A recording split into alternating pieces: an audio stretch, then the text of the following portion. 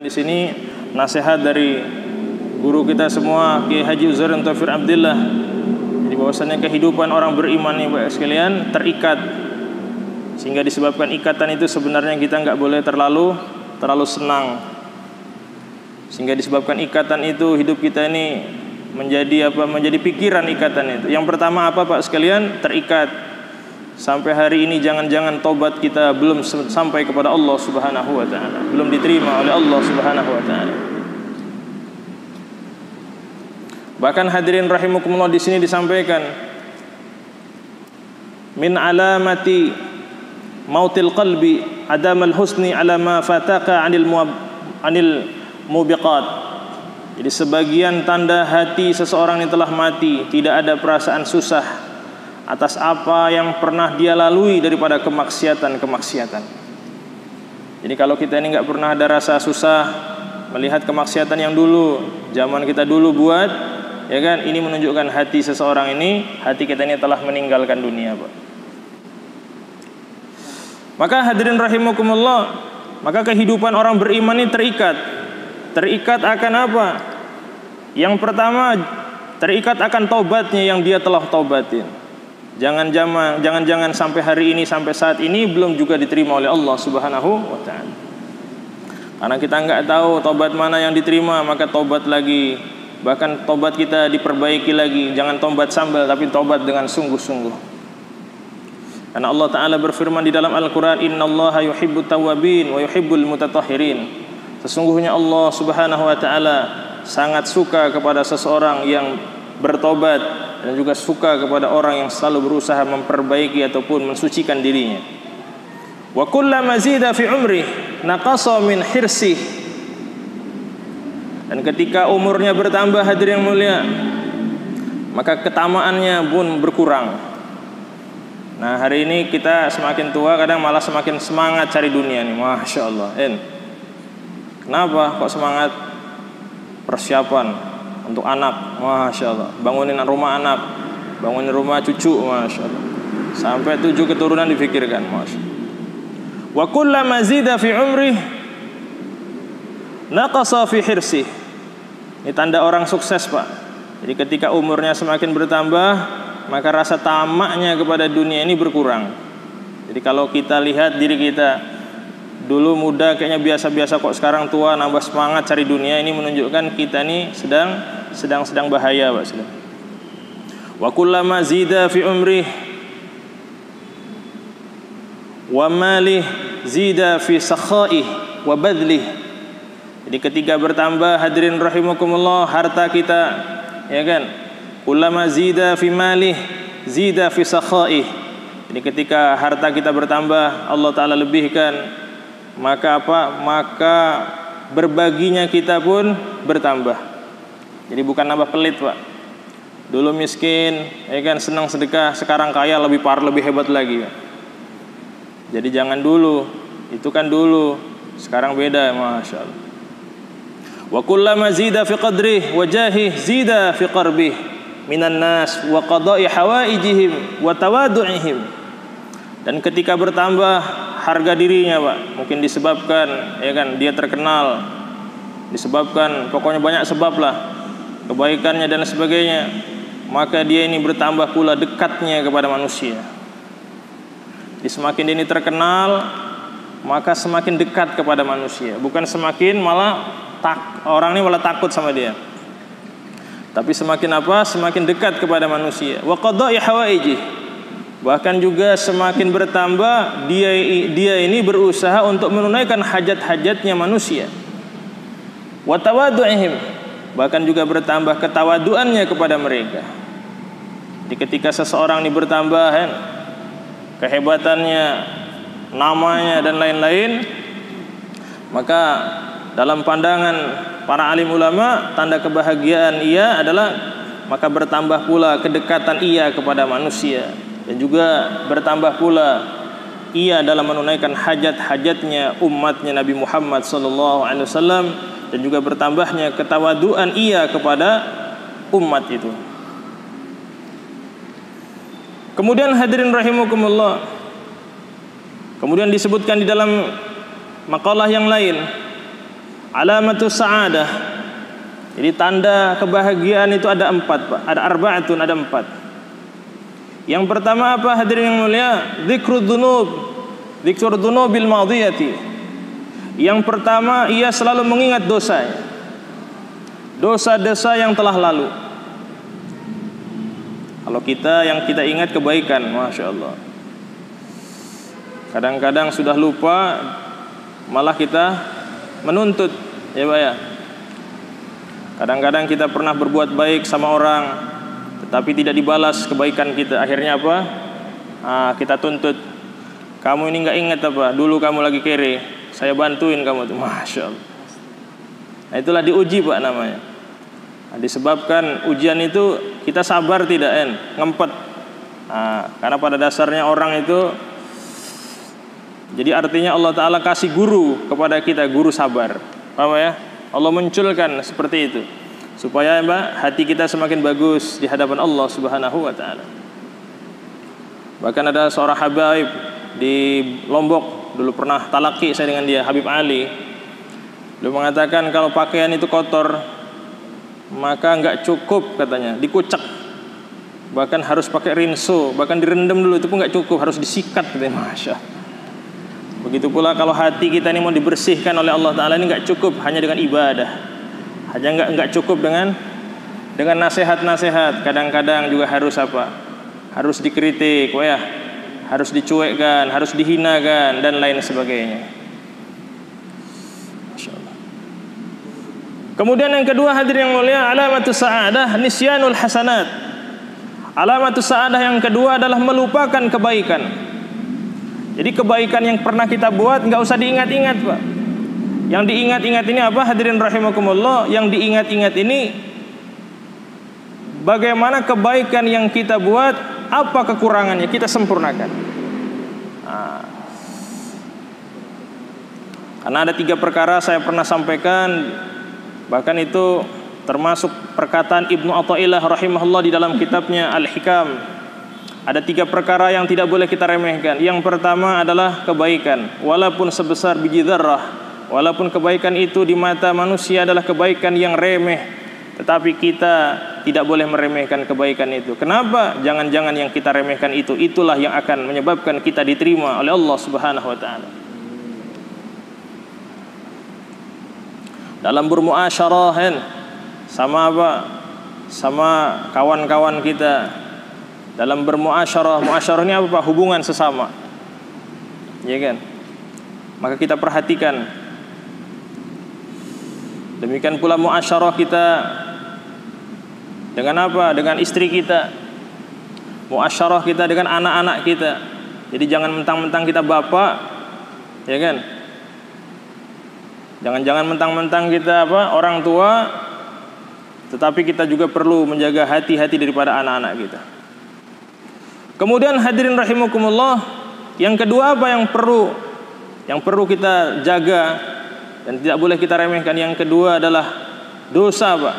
Jangan kita remehkan. Jangan-jangan dosa yang kita remehkan itulah yang menyebabkan kita terjungkil masuk nerakanya Allah Subhanahu wa Ta'ala. Kayak hari ini dosa yang umum itu ada 3, Pak, kata ulama. Pertama adalah dari mata, dosa mata. Yang kedua dosa mulut, dan yang ketiga adalah dosa hati. Sehingga saya punya guru namanya Maulana Hakim Akhtar rahimahullah. Beliau mengatakan orang yang tidak bisa menjaga kedua matanya dari maksiat, maka tidak akan pernah menjadi kekasihnya Allah Subhanahu wa Ta'ala. Walaupun ngisi pengajian di mana-mana, walaupun qiyamul lailnya Masya Allah, walaupun Qur'annya, tetapi matanya dikotori dengan melihat apa yang diharamkan Allah Subhanahu wa Ta'ala, maka sampai mati insyaallah nggak akan pernah menjadi kekasihnya Allah, kata beliau. Maka mata ini perlu kita jaga, Pak. Makanya ada istilah puasa, kan puasa itu Pak ya, puasa al-imsak. Itu ada puasa menahan daripada seluruh maksiat. Dan maksiat yang umum itu sekarang adalah maksiat yang berhubungan dengan mata. Kemudian yang kedua adalah mulut. Ya, sikit-sikit kita menggunjing, sikit-sikit apa? Namimah, mengadu domba dan seterusnya. Dan yang ketiga hadirin mulia yang tidak boleh kita remehkan adalah meremehkan seseorang. Kita nggak tahu, kita lihat mungkin dia ibadahnya biasa-biasa saja Pak ya. Mungkin sholatnya pun di rumah Pak ya. Mungkin bahkan nggak pernah kelihatan sholat. Tapi kita nggak tahu, jangan-jangan nanti di akhir hayat dia ataupun ada satu kebaikan yang menyebabkan dia telah diridhoi oleh Allah Subhanahu wa taala. Jadi hak kita itu bukan meremehkan, tetapi kita beramar ma'ruf saja. Kita mengajak saja. Jadi seperti itu. Karena Syekh Abdul Qadir Jailani radhiyallahu an, beliau pernah ditanya oleh satu orang yang jahat, "Wahai Syekh, adakah saya yang seperti ini bisa menjadi orang seperti kamu, menjadi orang yang taat?" Maka beliau mengatakan, bisa. Apakah saya bisa menjadi orang yang dekat kepada Allah? Bisa. Terus dijawab. Dan yang terakhir beliau tanya, apakah engkau, orang yang seperti engkau, bisa menjadi aku? Langsung beliau tersungkur Pak sekalian, menangis. Kenapa hadirin mulia? Dialah Allah Subhanahu wa taala yang muqallibal qulub, yang zat yang bisa membolak-balikkan hati kita. Makanya orang-orang dahulu Pak sekalian dijelaskan di dalam kitab-kitab, di antaranya adalah yang pernah saya baca, Nasaihud Diniyah. Semuanya memiliki perasaan khawatir jangan-jangan di akhir hayat mereka Allah Ta'ala tidak tolong mereka, sehingga mereka melantunkan dalam satu contoh, seandainya ada tawaran kata dia. Yang pertama, mati di depan kamar di atas Islam. Yang kedua, mati di depan pintu rumah di jalan Allah Subhanahu wa taala. Sungguh katanya, saya akan memilih meninggal dunia di depan pintu kamar. Kenapa kata dia? Di situ disebutkan, karena saya tidak tahu jangan-jangan langkah saya dari kamar sampai menuju rumah, menuju pintu rumah, tidak tahu apakah dalam perlindungan Allah Subhanahu wa taala ataupun tidak katanya. Subhanallah. Maka hadirin rahimakumullah, sehingga dijelaskan di dalam kitab Kifayatul Atqiya, seseorang yang bisa mengontrol hatinya, ke arah mana hatinya sedang berjalan, maka Allah Ta'ala akan menjaga anggota badan seluruhnya, daripada mulai otaknya sampai kedua kakinya, dari bermaksiat kepada Allah Subhanahu wa ta'ala. Sehingga Sayyidul Mursalin mengatakan, ala inna fil jasadi mudghah, wa idha saluhat saluha jasadu kulluh, wa idha fasadat fasada jasadu kulluh, ala wahyal qalbu. Ketahuilah kata Nabi, ala inna, sesungguhnya di dalam anna fil jasadi ghulghah, sesungguhnya di dalam jasad ada segumpal daging. Apabila segumpal daging itu baik, maka yang lain-lain pun akan menjadi baik. Maka matanya pun akan menjadi baik, maka otaknya pun akan menjadi baik, maka kedua telinganya pun akan menjadi baik, hidungnya pun akan menjadi baik, lisannya pun akan menjadi baik, kedua telinganya pun akan menjadi baik, kemudian kedua tangannya pun akan menjadi baik, kemudian kemaluannya pun akan menjadi baik, kedua kakinya pun akan menjadi baik. Demikian pula sebaliknya Bapak sekalian, wa idza fasadat, apabila segumpal daging itu rusak, maka matanya pun akan rusak. Walaupun di tengah-tengah suasana kebaikan, maka yang dilihat adalah kerusakan. Demikian pula hadirin mulia, lisannya pun akan menjadi rusak. Demikian pula kedua telinganya pun akan menjadi rusak. Demikian pula kemaluannya pun, demikian pula kedua kakinya pun. Ala, ketahuilah kata Rasul sallallahu alaihi wasallam, ala wahiyal qalb, segumpal daging itu adalah hati. Maka hadirin rahimakumullah, maka penting hadirin rahimakumullah, di samping kita melakukan kebaikan-kebaikan zahir, perlu kita juga kita kontrol bagaimana hati kita, kaifiatul qalbi kita.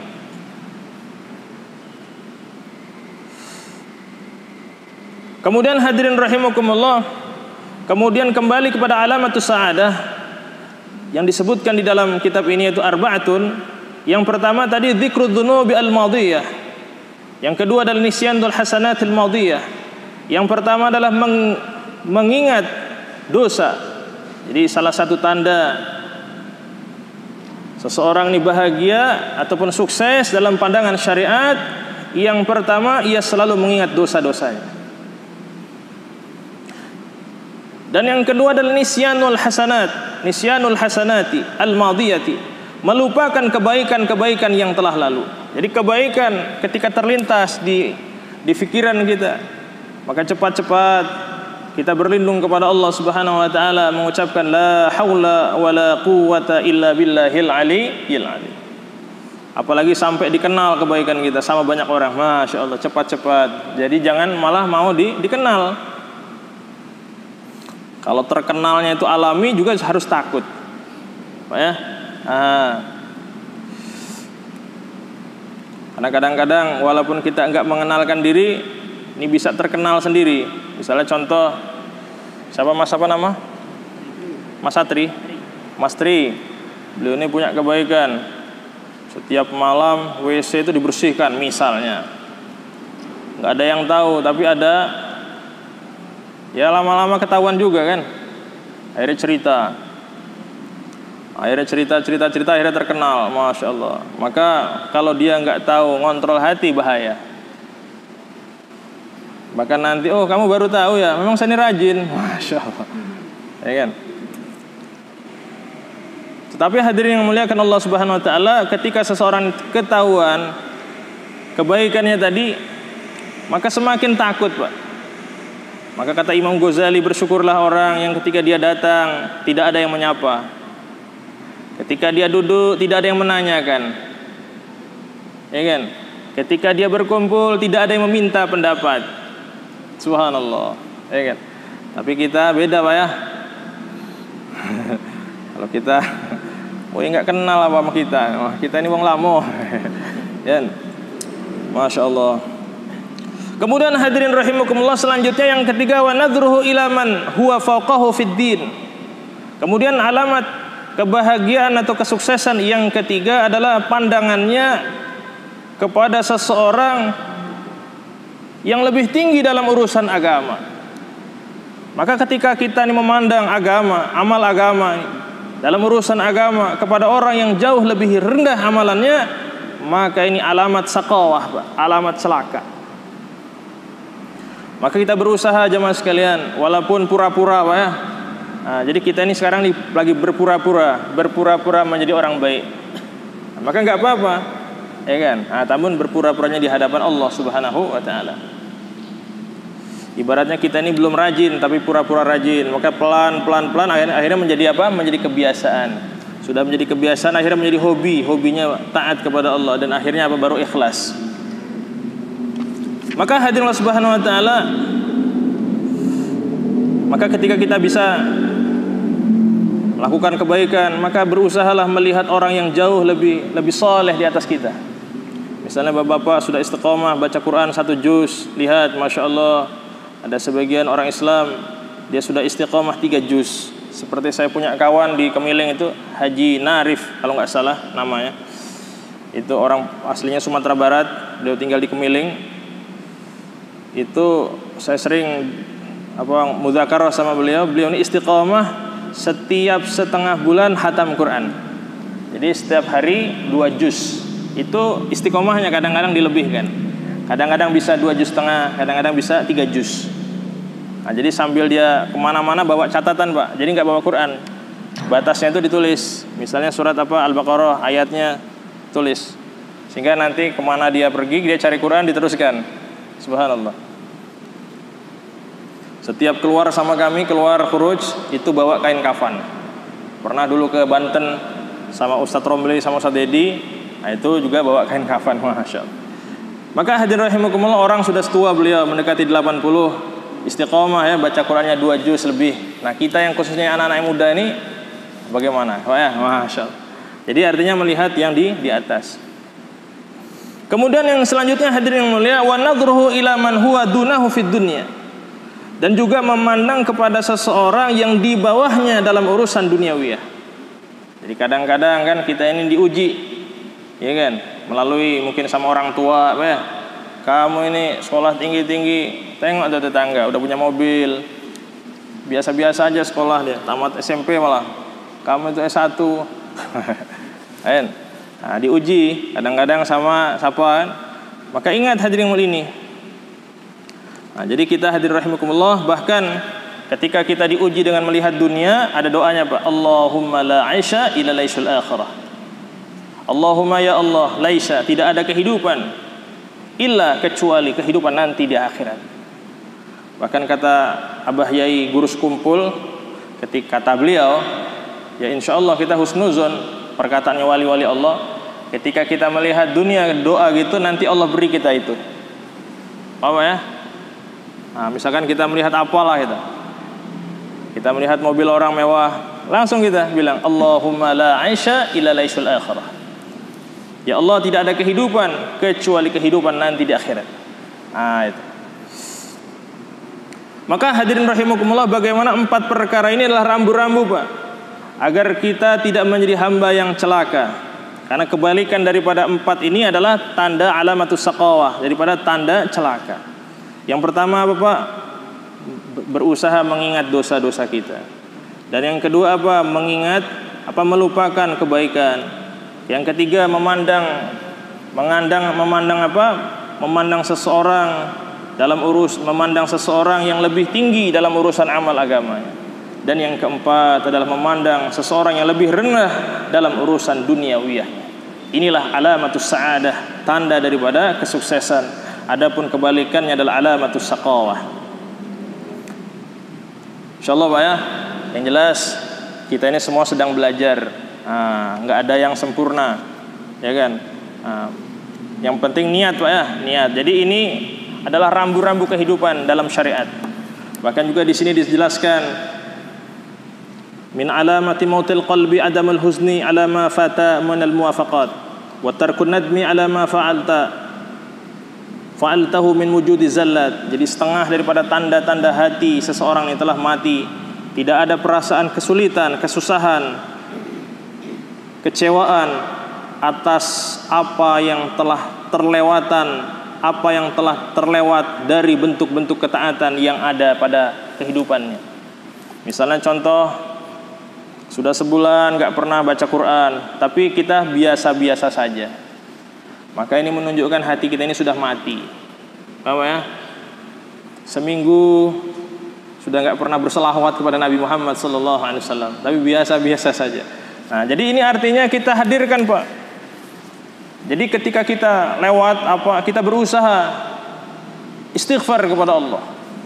Tadi subuhnya misalnya kan, sholatnya di rumah kesiangan, bangun jam 5 kan, mau ke masjid nggak enak, malu kan. Maka kita beristighfar kepada Allah. Jadi jangan biasa-biasa saja. Contohnya siapa? Para sahabat.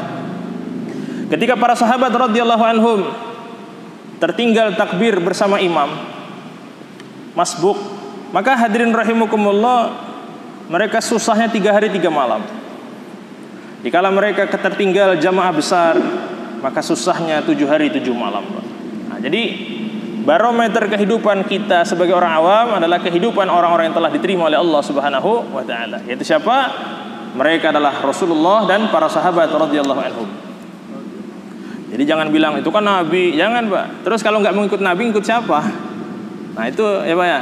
Kan sering kan kata orang, kamu sok-sokan, itu kan nabi, kamu ini memang nabi. Bahkan Allah Ta'ala mengatakan in tuti'uh tahtadu, jika kamu ikut Muhammad kamu mendapatkan hidayah. Jadi asasnya pertolongan Allah, petunjuk Allah ketika kita berusaha mengikuti Rasulullah Sallallahu Alaihi Wasallam. Jadi jangan mau dibodohin oleh orang lain, Pak. Kemudian hadirin rahimakumullah, wa tarkun nadmi ala ma fa'altahu min wujudi zallat. Demikian pula hadirin yang mulia, sebagian tanda hati kita telah mati, tidak ada perasaan penyesalan atas apa yang kita lakukan dari bentuk-bentuk kemaksiatan. Jadi kemaksiatan dari mulai kita bujang sampai hari kemarin, maka kita harus sesali, Pak. Ya kan? Tanda nyesalnya apa? Kita doa minta ampun sama Allah dan juga azam sedalam-dalamnya untuk tidak mengulangi kembali insyaallah. Mungkin ada yang ditanyakan, Pak, silakan. Walafu. Silakan. Monggo Pak Haji, silakan. Iya, Pak. Nggih. Astagfirullahaladzim.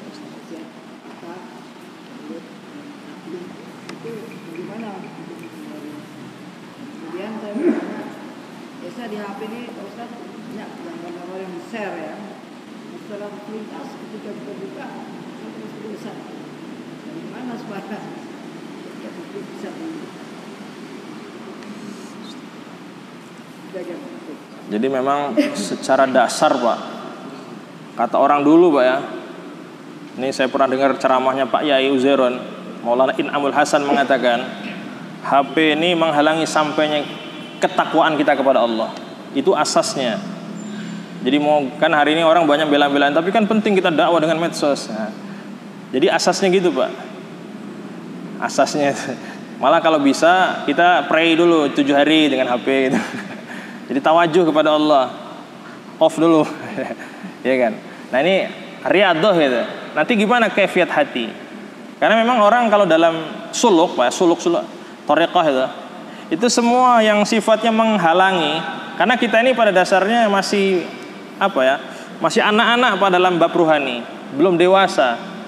Maka ya perlu ada kayak gitu. Sementara mungkin. Makanya ketika kita boleh kita pakai ini. Namun ketika kita sudah masuk di kalangan masjid, sudah megang Quran, gitu kan, itu kita mendisiplinkan diri udah. Ya kita boleh kita pegang, tapi gimana gitu, di off-kan atau dipesawatkan gitu. Nah itu. Nah, sehingga tidak menghalangi diri kita. Nah, jadi seperti itu. Jadi asasnya udah seperti itu Pak. Asasnya itu yang mengatakan wali-wali Allah. Makanya termasuk almarhum Pak Yai Uzairon itu nggak pakai HP. Itu yang nepal dia. Kita ini bukan wali, masya Allah. Iya. Jadi memang asasnya seperti itu. Maka ya gimana caranya ya? Mungkin kalau caranya ya kan kadang-kadang di grup-grup itu Pak ya. Nah, maka adminnya harus tegas. Ketika sudah kayak gitu langsung di kartu merah kartu kuning. Masih gitu langsung dikeluarkan. Nah, jangan kalau masih juga kayak gitu dibiarin kita yang keluar. Karena memang pada dasarnya asasnya kita mengamalkan agama ini kita dulu Pak. Ketika kita berusaha dengan metode kita nggak bisa, kita yang berhijrah. Nah, jadi seperti itu. Maka ada istilah hujlah. Nah, itu. Ada lagi Pak, silakan. Monggo. Perkataan Nabi tadi, itu kan kata Ustaz tadi, itu kan zamannya Nabi. Apanya Pak? Yang tadi kata Ustaz tadi, zaman Nabi itu kan, katanya ada teman. Kalau sekarang kan beda zamannya zaman kita. Kalau Nabi dulu ya istilah zamannya ya kita apa itu? Kalau ada kawan menanyakan kayak gitu, kok kamu kayak istilah kayak Nabi aja kayak gitu. Oh, cara jawabnya? Iya. Iya. Kita ini kan orang awam, nanti kita salah. Iya, salah. Jadi sebenarnya ucapan itu kalau ada Nabi ditabok gitu Pak. Kalau ada Umar dipenggal. Jadi memang itu maaf ngomong Pak, tanpa disadari dia telah melecehkan. Makanya ibaratnya kayak gini, Bapak yang orang yang pakai jubah, saya niru Bapak. Ngapain ikut Pak Haji Fulan? Ketika Bapak di samping pasti Bapak mutung, ya minimal tersinggung. Nah, begitu pula kita ngucapkan gitu jangan sampai. Bertobat Pak yang sudah-sudah. Kan orang kadang-kadang rajin kan, apa aja. Kamu nih mau jadi wali aja. Ya memang target kita bagaimana sebelum meninggal dunia kan menjadi kekasihnya Allah. Wali itu ada kekasih Pak. Ya kan? Berarti itu kan perkataan orang-orang bodoh. Nah, caranya gimana? Ya dengan hikmah lah Pak. Jadi jangan sampai cara menjawab kita menyebabkan dia semakin hancur, bahkan semakin dia keluar dari agama Islam. Dengan cara gimana lah itu? Mungkin kita bilang ini lagi belajar Bang, ini aja masih jauh, malah abang ini yang harus ngajarin saya. Jadi supaya gimana lah gitu. Jangan kita debat, apalagi pakai dalil, karena dikhawatirkan dikala kita keluarkan dalil, dia malah nentang kepada dalil. Nah, akhirnya bukan dakwah hikmah Pak, dakwah kita menyebabkan dia keluar dari agama Islam. Nah, jadi memang sekali lagi dakwah itu nggak harus dengan menggunakan dalil. Jadi kita lihat orangnya dulu, ya kan? Nah, jadi seperti itu. Jadi dakwah bil tamsil atau gimana kan seperti itu. Ya memang di lapangan kadang seperti itu Pak, karena sesama kawan kan diguyonin gitu. Kamu ini baru 2 hari kemudian mau ikut Nabi. Ya kan, baru 2 hari mau tobat, masya Allah. Ya Pak.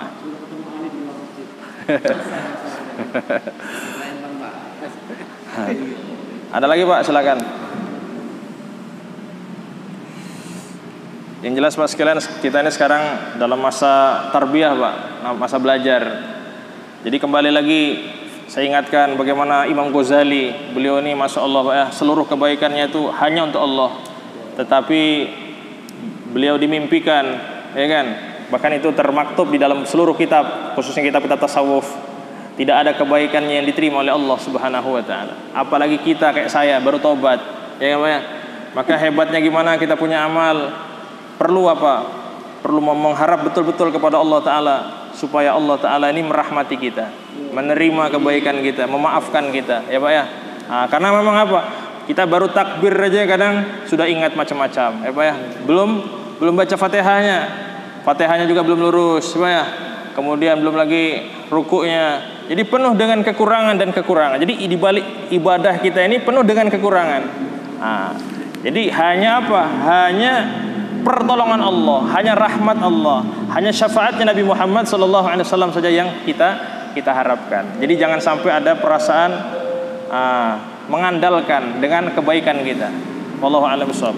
Alhamdulillah jemaah sekalian, waktu sudah sampai, kita bersyukur kepada Allah Subhanahu wa taala.